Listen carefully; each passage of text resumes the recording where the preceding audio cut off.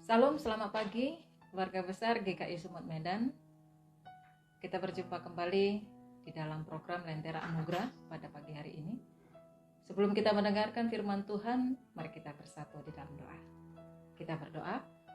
Bapa di surga, Tuhan yang ampunya kehidupan kami dan yang menciptakan segala yang ada. Biarlah hati kami bersyukur karena berkat kasih Tuhan yang memberikan kehidupan bagi kami. Kami mau mendengarkan sebagian dari firman-Mu. Kami berseru kepadamu Tuhan, bahwa Engkaulah segala-galanya pengaduan hidup kami. Di dalam segala apa yang kami hadapi, Engkaulah Tuhan, tumpuan iman, percaya, pengharapan kami. Berbicaralah Engkau ya Tuhan, karena kami siap untuk mendengarkan.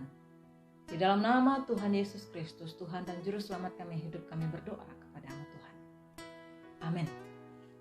Ibu Bapak dan Saudaraku yang terkasih dalam Kristus Yesus, firman Tuhan sungguh indah bagi kita, yang diambil dalam kitab 1 Samuel pasal 1 ayat yang ke-10.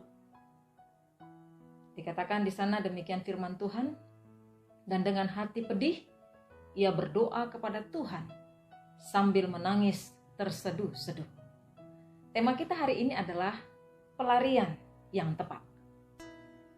Ibu Bapak, Saudara yang terkasih Jemaat GKI Sumut Medan, Sekelasis Medan 1. Hari ini kalau kita gumuli bersama, zaman sekarang, ketika seseorang itu sedang menghadapi kesusahan, pergumulan, kesedihan, bahkan kesulitan dalam kehidupannya. Kalau boleh kita bertanya, biasanya kita itu pergi kemana? Pelarian kita itu yang paling banyak kita pilih yang mana? Kita harus akui saudaraku yang terkasih dalam Kristus Yesus bahwa untuk masa sekarang ini, ketika seseorang itu ingin meluapkan segala kesusahannya, kesedihannya, pergumulannya dan sebagainya yang ada dalam isi hatinya, maka yang paling tepat dan paling banyak dipilih orang itu adalah media sosial. Media sosial inilah tempat pelarian yang diminati oleh banyak orang zaman sekarang untuk mengeluhkan apa yang di dalam hatinya.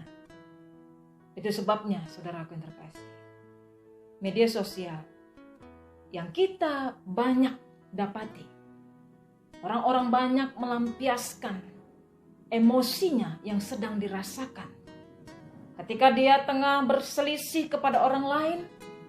Dan misalnya seperti seorang yang menuliskan ungkapan hatinya, ungkapan sindirannya, dan pembelaan dirinya, bahkan kutukan saudaraku. Itu sering dia pilih melalui media sosial. Tanpa sadar saudaraku yang terkasih, media sosial ini sudah menggeser bagaimana peranan Tuhan di dalam kehidupan orang-orang Kristen sekarang ini. Tuhan bukan lagi menjadi tempat bagi kita untuk mencurahkan isi hati kita. Tuhan sudah menjadi nomor yang paling belakang. Tapi kita boleh belajar saudaraku yang terkasih dari kehidupan Hana. Waktu dia mengalami pergumulan yang begitu berat hingga tidak dapat dihibur oleh siapapun, dia merasa hidupnya begitu malang. Ditambah lagi saudaraku yang terkasih, dia mendapatkan hinaan, cercaan dari orang-orang yang terdekat dengannya. Contohnya, Penina. Penina selalu menghina Hana pada saat persembahan korban kepada rumah Tuhan. Momen yang seharusnya membawa sukacita di sini menjadi neraka atau bahkan kutuk bagi Hana. Hatinya begitu sedih saudaraku. Hatinya begitu hancur. Bahkan firman Tuhan berkata tadi, hati Hana begitu pedih. Tapi hal yang sangat luar biasa saudaraku yang terkasih dalam Kristus Yesus, dari yang boleh kita pelajari dari kehidupan Hana ini, Hana tidak membalas sedikit pun perlakuan yang menyakitkan hatinya. atau Hana tidak melakukan hal yang jahat dari orang lain untuk membalaskan hal yang jahat kepada mereka. Tetapi sebaliknya Hana mengadukan semua penderitaannya kepada Tuhan. Dia ungkapkan itu, dia serukan itu keteguhan imannya dengan tekun berdoa kepada Tuhan. Bahkan ada seorang nabi yang mengatakan bahwa dia sudah kesurupan karena dia berdoa dengan teriakan seperti orang mabuk. Ibu bapak dan saudara yang terkasih, keluarga besar GKI Sumut Klasis Medan 1. Dalam menjalani kehidupan, setiap hari pasti ada saja yang kita hadapi.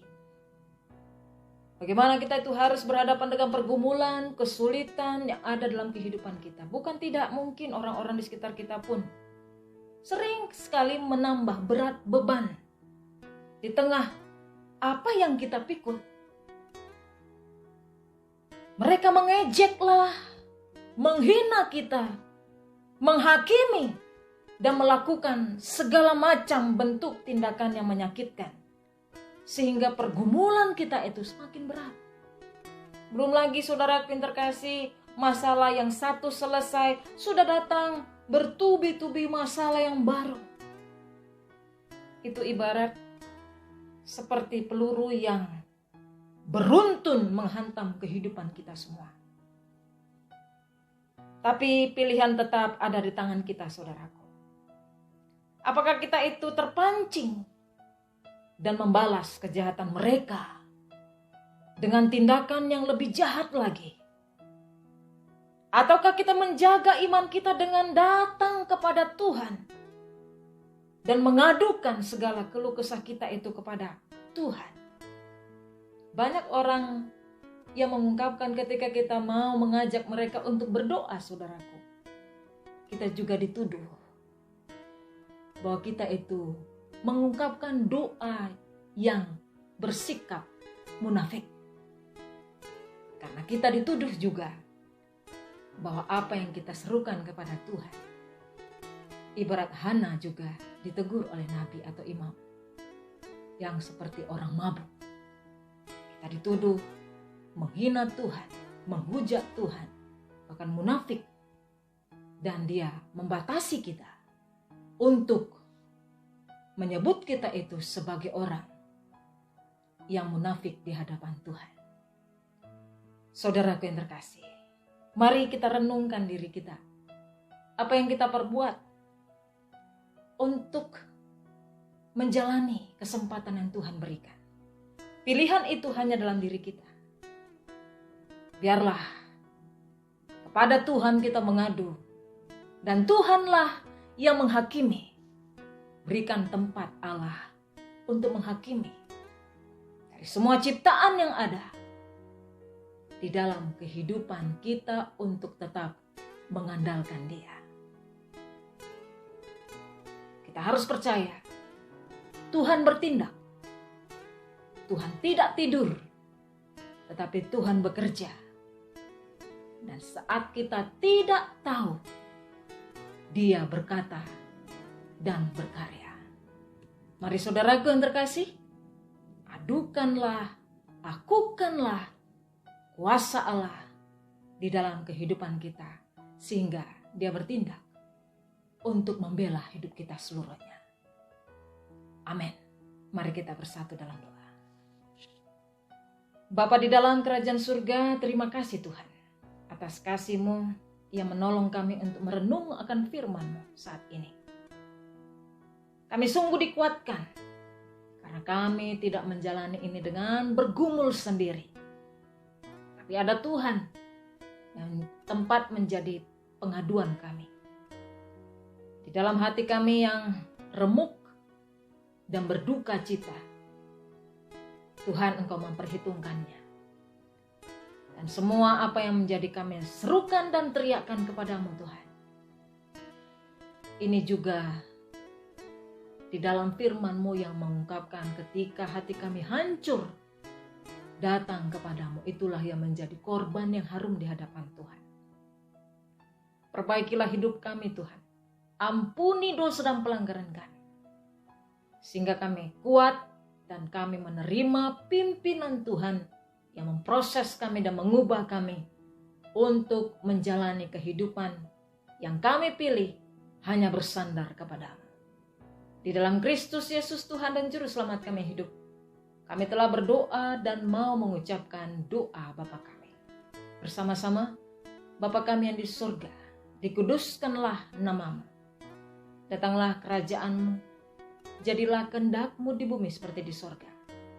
Berikanlah kami pada hari ini makanan kami yang secukupnya. Dan ampunilah kami akan kesalahan kami, seperti kami juga mengampuni orang yang bersalah kepada kami. Dan jangan bawa kami ke dalam pencobaan, tetapi lepaskanlah kami daripada yang jahat, karena Engkau yang punya kerajaan dan kuasa dan kemuliaan sampai selama-lamanya. Amin. Terimalah berkat Tuhan, kasih karunia daripada Allah Bapa dan kasih sayang Yesus Kristus di dalam persekutuan Roh Kudus, kiranya memberkati kehidupan saudara-saudaraku dimanapun berada, saat ini sampai selama-lamanya. Amin. Selamat pagi, Tuhan memberkati.